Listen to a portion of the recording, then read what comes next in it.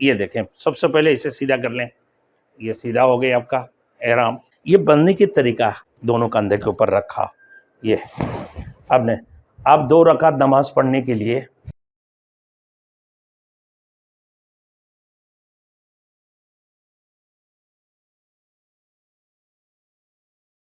Thanks for watching. Don't forget to like, comment, share and subscribe to Maulana Habibullah Rouhani Official. دیکھیں اب سب سے پہلے ہم کیا کریں گے، احرام باندھنے سے پہلے یہ میرے پاس عطر ہے، اچھے طریقے سے ہم نے اپنا ہاتھوں میں خوشبو وغیرہ نہ، سب سے پہلے احرام کی نیت کرنے سے پہلے آپ کو کیا کرنا ہے، غسل کرنا ہے احرام کی نیت سے۔ اب احرام کی نیت سے غسل کرنے کے بعد ہی پھر اس کے بعد آپ جب گھر سے نکلتے ہیں غسل کر کے نکل جائیں، یا پھر وضو کریں، مجبوری ہو تو وضو کریں، غسل کرنے کا سہولت نہ ہو، ایئرپورٹ آپ پہنچ گئے، گھر سے غسل کر کے جائیں، ایئرپورٹ پہنچیں، اس کے بعد پہنچنے کے بعد آپ اپنا جسم میں صحیح طریقے سے عطر لگا لیں، یہ اچھے عطر لگا لیا، اپنے کپڑے کے اوپر میں، اپنے احرام کے کپڑے میں دبا نہ ہو، اپنے ہاتھ میں لگائیں، اور لگانے کے بعد پھر اس کے بعد آپ نے کیا کریں کہ آپ نے یہ جیب میں نہیں رکھنا، عطر اپنے گھر میں رکھ دینا، کیونکہ اب میں نے تو سیا ہوا کپڑا پہنا ہوں، اس لیے کہ میرے شلوار قمیص پہنا ہوں، اسی وجہ سے تو میں آپ کو دکھا رہا ہوں۔ تو بات یہ ہے، یہ سیا ہوا کپڑا آپ کو نہیں پہننا، آپ صرف بنیان بھی نہیں ہوگی، خالی جسم پہ ہوں گے آپ جو ہے شلوار وغیرہ کو جو ہے آپ کو اتارنا ہوگا۔ تو احرام کہاں باندھیں، آپ اپنا گھر سے باندھ کے نکلیں، یا پھر آپ وہاں جائیں، احرام باندھنے کا مخصوص جگہ ہوتی ہیں، آپ دیکھیں تو ایسے ہیں کہ آپ نے جو ہے نا احرام کے کپڑے کو ایسے بنائیں، یہ دیکھیں سب سے پہلے اسے سیدھا کر لیں، یہ سیدھا ہو گیا آپ کا احرام۔ یہ اب یہاں آئے، اب جو ہے اس کو یہ سیدھے ہاتھ کی یہ اس کے نیچے ایسے ہاتھ کو دبا دیں یہاں ٹائٹ کر کے۔ یہ احرام بننے کا جو طریقہ، ناپ کے اوپر ہو، ناپ کے نیچے نہ ہو، کیونکہ ناپ کے نیچے کپڑا پہننا اور دھوتی پہننا، دیگر چیزیں، یہ احرام پہننا یہ سخت منع ہے۔ آپ دیکھ لیا یہ ہو گئی، آپ نے بنا لیا، اس کو اس طرف کری، یہ آپ نے خوشبو بھی لگا دی ہے، سب کچھ لگا لیا، آپ نے دیکھے خوشبو لگانے کے بعد صاف ستھرے ہو گئے، آپ نے احرام کی نیت ابھی نہیں کی ہے، صرف احرام بند رہے۔ یہ بندنے کی طریقہ، اب اس کو یہاں ایسے موڑ لیا آپ نے، یہ بغل کے نیچے آپ نے سختی سے پکڑ لی، اب یہ احرام کو پھر اس کی بعد یہاں سے اس کو ایسے کر کے آپ گھمائیں، یہ ہو گئی یہ احرام۔ اب اس کی بعد یہاں سے آپ جو ہے نا اس کو ایسے کر کے موڑ لیں، اس کو ایسے کر کے موڑیں۔ اب یہ موڑنے کے بعد اب آگئی 1، یہ ہو گئے، یہ 2، یہ ہو گئے، یہ 3، یہ ہو گئی، یہ بہت مضبوط احرام ہو گئی۔ اب اس کی بعد یہ چادر ہے، 2 سے چادر آپ کو اوڑھنا ہے، آپ نے اس میں بھی عطر سے خوشبو وغیرہ لگا لیے تھے، اب آپ کو یہ ہے، یہ چادر کو اوڑھنا ہے، یہ اوڑھ لیا آپ نے، دونوں کندھے کے اوپر رکھا، یہ اب 2 رکعت نماز پڑھنے کے لیے آپ کیا کریں نا، تو آپ چادر کی ایک حصہ کو اس کو اسے بڑھا کر آپ اس کو ایسے کر کے ایک حصہ کو لے کر جو ہے نا آپ نماز ادا کریں۔ اب اس کی بعد جب نماز پڑھ لیا 2 رکعت احرام بندھنے کے لیے، پھر اس کی چادر کو آپ اٹھا لیں، سر کو خالی کریں، نہ ٹوپی پہنیں گے، نہ بنیان پہنیں گے، نہ انڈر وائر پہنیں گے، آپ کچھ بھی نہیں پہننا ہے آپ کو، صرف آپ کو یہی احرام ہوگا۔ اس کی بعد سے احرام کے نہ سیا ہوا کوئی کپڑے نہیں ہوں گے۔ اس کی بعد اب یہ ہو گیا، اب یہ چادریں ڈھانپ کر جو ہے نا آپ جہاز میں بیٹھ جائیں، اب احرام کی نیت کر لیں۔ اس کی بعد پھر احرام کی نیت کرنے کے بعد، یا اللہ میں نے عمرہ کی نیت کرتا ہوں، یا اللہ عمرے کی احرام کی نیت کرتا ہوں، یا اللہ تم میرے لیے عمرہ کو آسانی فرما اور میری جانب سے قبول فرما، یہ کہہ کر پھر آپ تلبیہ پڑھیں 3 مرتبہ، لبیک لبیک اللہم لبیک۔ جب جہاز پہ بیٹھے جب اڑنے لگے اس وقت میں کر سکتے ہیں، یہ ایئرپورٹ میں مسجدیں ہیں، مسجد میں بیٹھ کے 2 رکعت نماز پڑھ لیں۔ ہم نے احرام باندھنے کے لیے وہاں جو ہے نا غسل خانہ وغیرہ رکھے ہوئے ہیں، غسل خانہ ہے تو وہاں پہ کنڈی لگا کر آپ جو ہے اپنا وہاں سے احرام باندھ دیں، بند کر جو ہے نا پھر اس کے بعد 2 رکعت نماز پڑھ لیں۔ 2 رکعت نماز پڑھ کے پھر مسجد میں بیٹھ کے بھی نیت کر سکتے ہیں، ہوائی جہاز جب چھوڑنے لگے اس وقت میں بھی نیت کر سکتے ہیں۔ پھر اس کے بعد آپ کی احرام کی پابندیاں شروع ہو گئے۔ ہاں، جب طواف کریں گے استباح،